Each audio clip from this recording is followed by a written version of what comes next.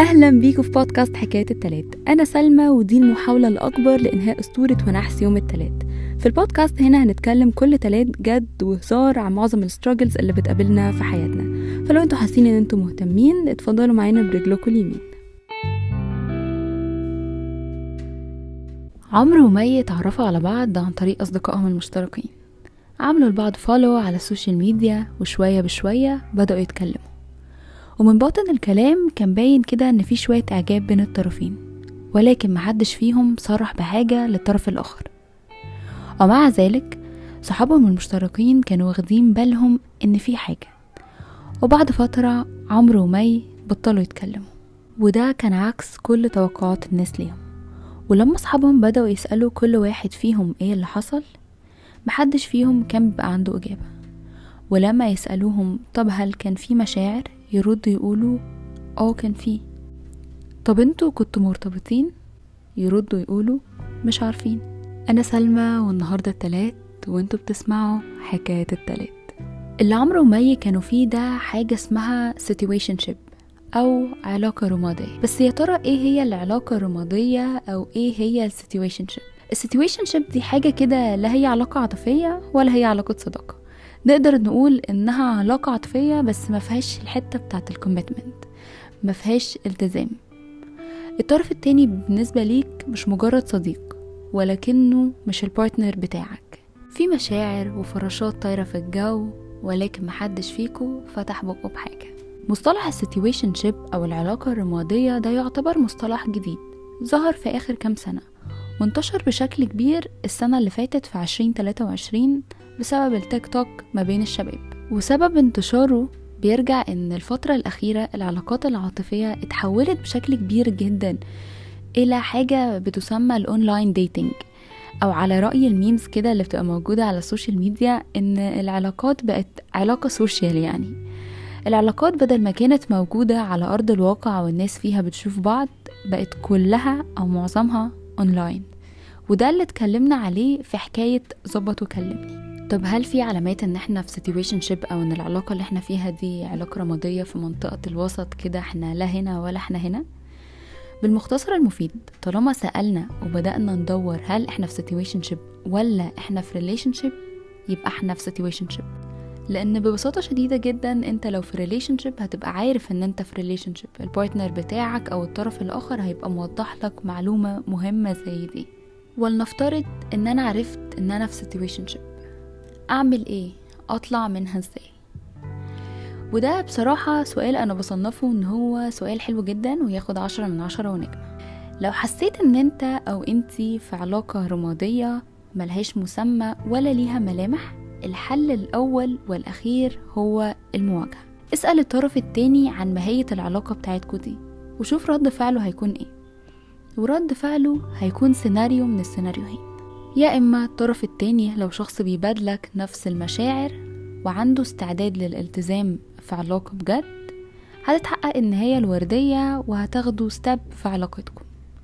ولو الطرف التاني شخص بيضيع وقته وخلاص وغير مستعد للدخول في علاقة والتزام، هيبدأ يقول كلام غير مفهوم وأسباب غير مفهومة وتبريرات ملهاش لازمة، وممكن يحاول يركنك جنبه عن طريق واحدة من الجمل الأشهر زي خلينا نشوف الدنيا هتودينا فين، خلينا نشوف نعرف بعض أكتر، نتعرف على بعض أكتر، لسه بدري، وكل الكلام ده.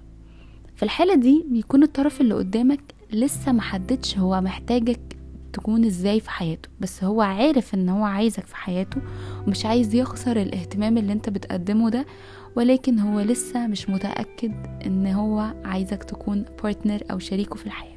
وفي الحالة دي نصيحة مني ان اهرب يا صديقي، لان لو كملت لا تلومن الا نفسك، علشان انت كده بتضيع وقت كبير جدا وبتضيع طاقة كبيرة جدا جدا جدا. طب هل يا سلمى المواجهة دي مقتصرة على الولاد او على البنات بس؟ لا، المواجهة مش مقتصرة على بنات او ولاد، المواجهة لأي شخص حاسس ان هو جوه situationship، ايا كان انت ولد ايا كان انت بنت. طالما انتوا حاسين ان انتوا مش مرتاحين في وجودكم في علاقة بدون مسمى، فلازم تنهوا العلاقة دي. عرفنا ان احنا عشان نخرج من السيتويشنشيب لازم نواجه. بس نواجه امتى؟ المواجهة بتكون بعد فترة. يعني لو انت بنت، فلو عدى مثلا شهر ومفيش حاجة اتغيرت والطرف الآخر ما اعترفلكيش بحاجة، فانت هتحتاجي ان انت تواجهي او تنسحبي بهدوء. قدامك الاختيارين. ولو انت ولد وحاولت تصرح بمشاعرك للبنت اللي قدامك وهي تهربت منك او ما ردتش عليك بانها بتبادلك نفس المشاعر او لا، فانت قدامك نفس الحلين: يا تواجه لو انت محتاج المواجهة، يا اما تنسحب بهدوء. بس يا سلمى، مدام زوبة اللهلوبة اللي بتقدم نصايح للبنات على التيك توك واستاذ ماجد الجامد اكدوا لنا ان احنا ما نواجهش ونستخدم مع الطرف الاخر اسلوب الصمت العقابي، وان احنا نختفي من الحياة تماما ونبطل ننزل ستوريهات لمدة اسبوعين، وبعدين في الاسبوع الثالث نبدأ ننزل معدل 6 ستوريهات في اليوم بنعمل فيهم ايه وبنسوي فيهم ايه عشان الشخص الاخر يرجع يكلمنا تاني ويرجع يدينا الاهتمام اللي احنا محتاجينه ويعترف بحبه. بصراحة مش هنظر عليكم واقول لكم غلط، انا هقول لكم براحتكم. انتوا ممكن تسمعوا كلام زوبة اللهلوبة، ممكن تسمعوا كلام ماجد الجامد، بس انا كسلمى بشوف، وده رأيي الشخصي اللي مش شرط يعجب الناس نهائيا واللي مش شرط يكون صح، بشوف ان الطرق دي هي طرق غير سوية بالمرة. وحتى لو نفذت الطرق دي وبالصدفة البحتة جدا الطرق دي نجحت والطرف الآخر اعترف بمشاعره والعلاقة تطورت والدنيا بقت تمام وزي الفل، فكده العلاقة مبنية على طريقة غير سوية. أنا كده بعود اللي قدامي إن هو يبقى متعود إن هو بيتشيسني، متعود إن هو بيطاردني، فهيبقى عنده إحساس إن ده النورمال إن هو يتشيسني أو إن هو يطاردني عشان يلاقيني موجودة. لكن لما العلاقة تبدأ تاخد شكل نورمال، اللي قدامي هيبدأ يحس ان في ملل، في فتور. الجزء اللي جاي او اجابة السؤال اللي جاي هي كانت السبب في حلقة النهاردة او في حكاية النهاردة كلها.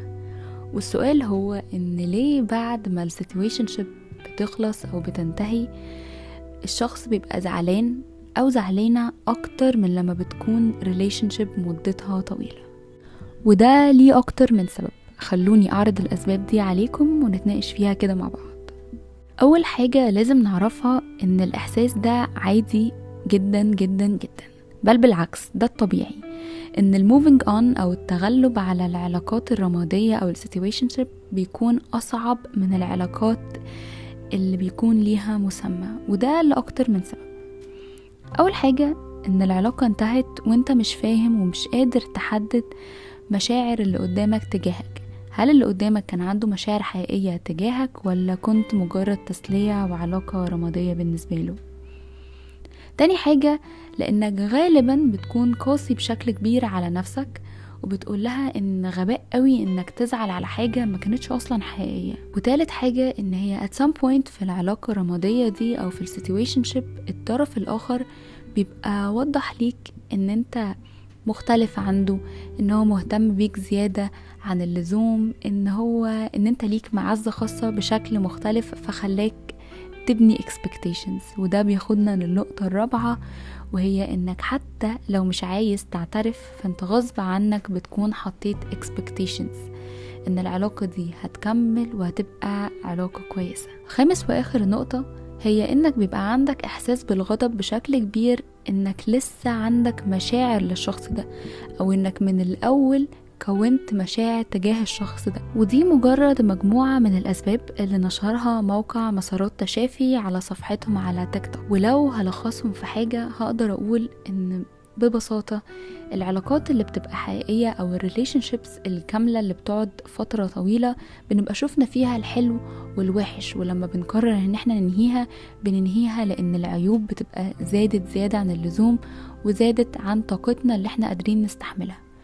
وده على عكس السيتويشن شيبس اللي بتنتهي في الاول بعد فترة قصيرة في معظم الأحيان، فما بتبقاش لسه شفت الشخصية اللي قدامك، انت بتبقى متعلق بشكل أكبر بالأيديا أو بالفكرة اللي انت عاملها للشخص اللي قدامك. ودي نقطة من النقاط اللي احنا اتكلمنا عنها في حلقة ظبط وكلمني.